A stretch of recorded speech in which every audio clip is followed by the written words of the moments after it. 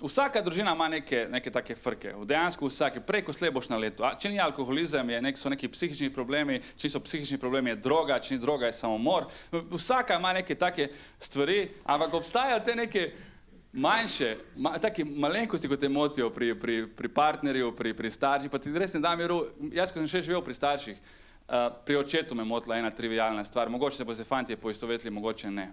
Ampak on me je marsikaj naučil. Ampak da bi jaz njega kaj naučil, kdajkoli. Pozabi. Pozabi, stari, ko v risanki. On je velik medved, jaz sem mali medved in znanje gre samo v tej smeri.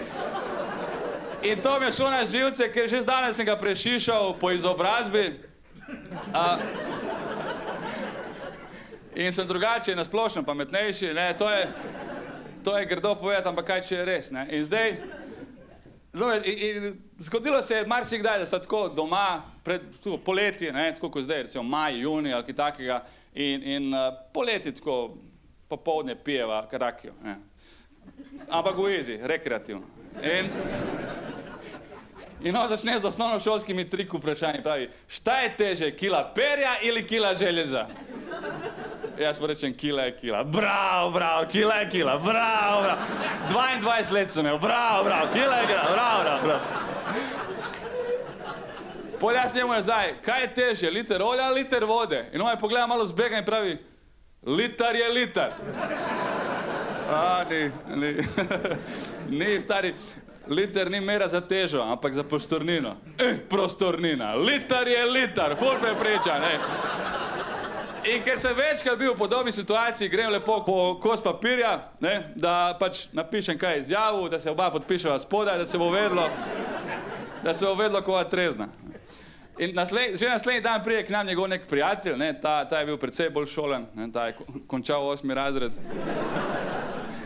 Se hecam, tudi moj star je končal 8. razred. Ima tudi spričevalo od srednje šole, ki ga je pošteno plačal. Ne, majke, dejansko ga je kupil.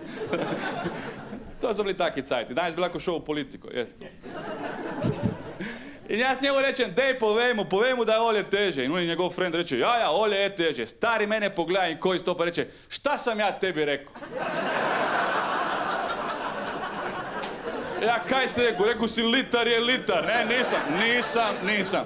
In jaz grem po onih kos papirja, sem rekel, spomni se, včeraj je bilo, pila sva, tole si izjavil, jaz sem napisal, ti se je podpisal spodaj, on vzame papir in pravi, z lepim se hvališ, prvo človeka napiješ, pa mu daš neumnosti podpisal. Ne